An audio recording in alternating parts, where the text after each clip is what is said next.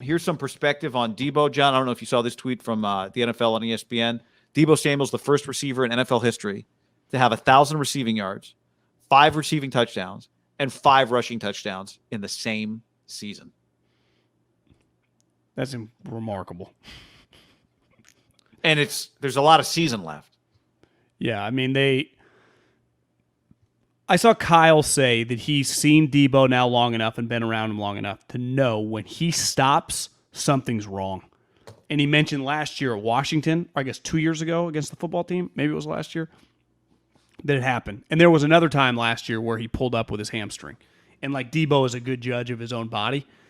And Kyle thought that him stopping might have saved him. And you freaked out more than me. When he got destroyed, I just thought he had just tried to cut, and not that his body gave way, it just didn't really cut, and he just got stopped. And I had thought he got a concussion. I thought he had rattled his face because the guy then crushes him. But clearly, Kyle knows him a lot better than me because something happened. To me, it's not ideal. And same thing with Fred, because both those two guys are players who are very, very dependent on explosion.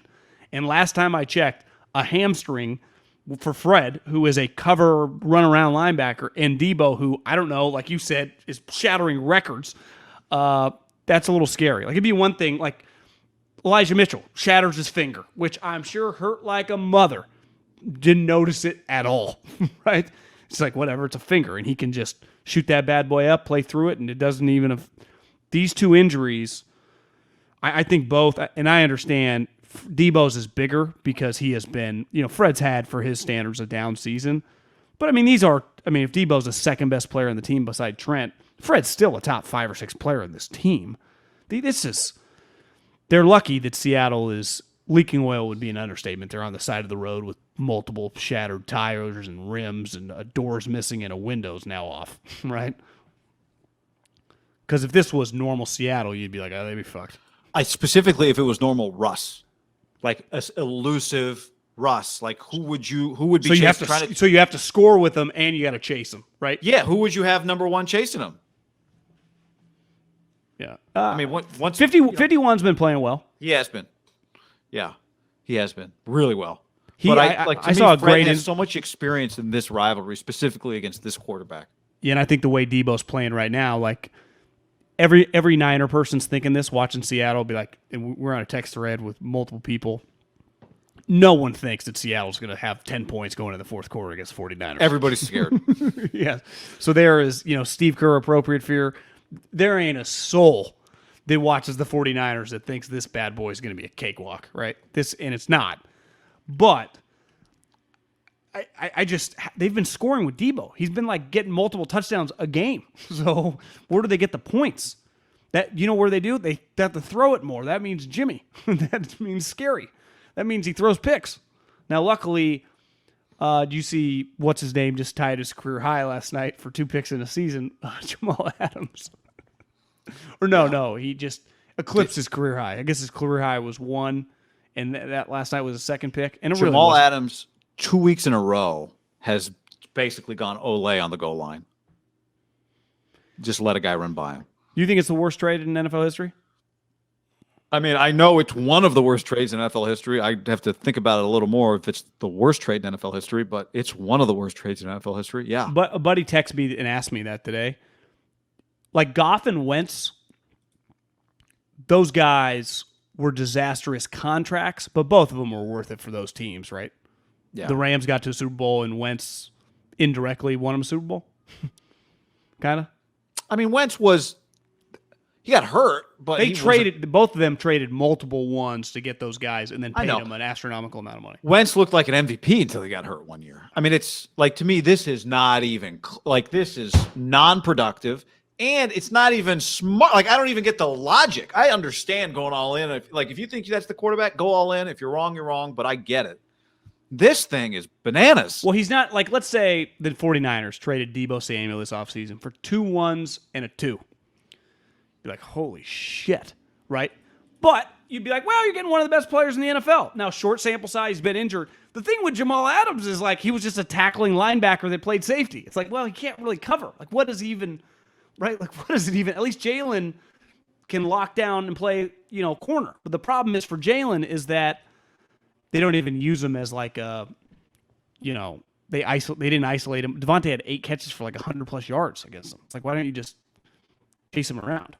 That's where it makes me nervous this week with Deebo not being there for scoring points. Because I do think he'll have to score points in this game. I'm just going to assume that until I see different. I agree, but I think what's more important is Deebo Samuel being healthy in 2 weeks. Because Cincinnati's a better football team than Seattle. Cincinnati is 6th in the NFL in points per game right now. The Bengals average 28 points per game. Offensively, they're scoring with Arizona and Indianapolis. Seattle's averaging 19. Seattle's scoring with Miami and the Giants and the Panthers. Okay. And the Niners are closer to Cincinnati than they are to Seattle offensively. Right. The Niners are 11th, tied with Minnesota and Kansas City. So I guess maybe they're 9th, whatever.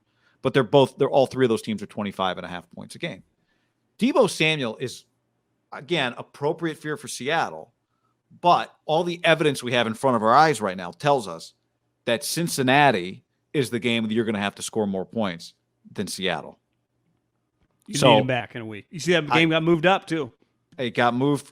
Well, it got moved back, right? From a 1 o'clock to a 4 o'clock. It was a 10 a.m. body clock game. Now it's a 1:25. It's one of one of our like 1:25 East Coast games, but the 1:25 Pacific window.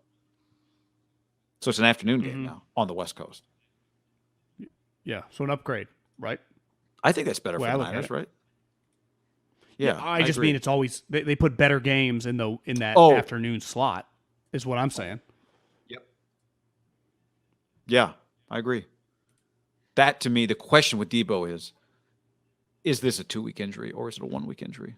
I just see under no circumstances how you can. They got lucky, not lucky because they earned it, but winning that game allows you a little breathing room. Like under no circumstances could you rush him back this game. I think next week you cannot have a Dre Greenlaw situation. Now, he had a major injury, had surgery, but I'm saying like you can't bring him back and then have him mid-game yank up on that and be like, oh my God, right? Because that happens to hamstrings a lot. And I'd say same with Fred. You cannot, and that's the thing though with the tissue injuries, you never know until because they practice, they're fine, they react, and then they get in the game. It's just clearly a different speed.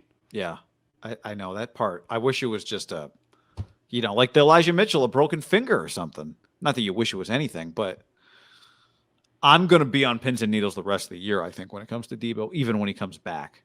Yeah. That's the scary thing. As he's turned into one of the most valuable players in the NFL. Sucks. Could have been worse. Yeah. I mean, is the days of using him the way they've used him this year, is that over? But guys, it's not use. He's only touching the ball so many times. Like they could throw him. It's not to me. It has nothing to. You just get hurt. Like guys get hurt in the NFL. He's really not being used that often. It feels like he's being used more than he is. I know. His mere existence though is such a big deal. His presence. Well, we can't talk about paying him huge money if you got to get worried about using him. Like they use the shit out of Devontae Adams. They use the shit out of Tyreek Hill. Like my best players that I'm gonna pay a premium, I got to use the shit out of. They use the shit out of Kittle. Right. You know, so it's like if I'm gonna pay, Trent Williams, they run it to the left basically 90% of the time. Like I just have to be able to Nick Bosa. I ride him like Secretariat. It's part of the scary part with Deebo. It's the elephant in the room about he clearly his character, his vibe, his aura, like his smile, like he hangs with Trent, like he's everything you want. He has one question mark right now, and it's can he have like 3 straight seasons of 17 games? And you would say, well, no. Can we start with 1? Yeah, it hasn't happened yet.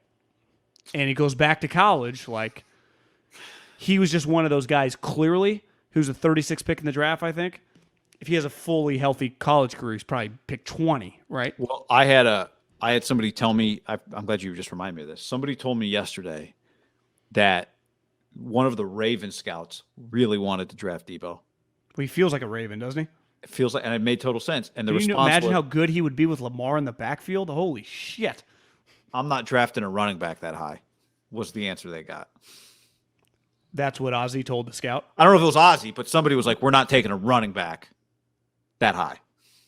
It's like, well, they were kind of right. Like, they knew how to use them, it turned out, right? Baltimore had the right idea. Can you imagine those two running the zone read, Deebo, and then like doing little crazy passes with Roman? That'd be sweet. I mean, Kyle's probably dreaming about that with Trey, right? Doing like a diamond formation with Elijah Mitchell and Deebo Samuel and Trey Lance, and then and have Kittle and Trent and be like, "Hey guys, we're coming left. Get fucking ready." Trent just doesn't say anything, and then he throws 3 guys 17 feet. Like, Trent just does not talk and kicks everyone's ass. I know. Every day or like every week on like Tuesday, a couple just like football nerds I follow on, Twitter, it'll always come up. 71 on the 49ers is the most underappreciated guy in league history. People do not understand. Those are like 7 highlights, and just bodies are flying, just tumbleweeds. It's like, oh yeah, that guy's an NFL defensive tackle, and he just got tossed 7 feet. I know.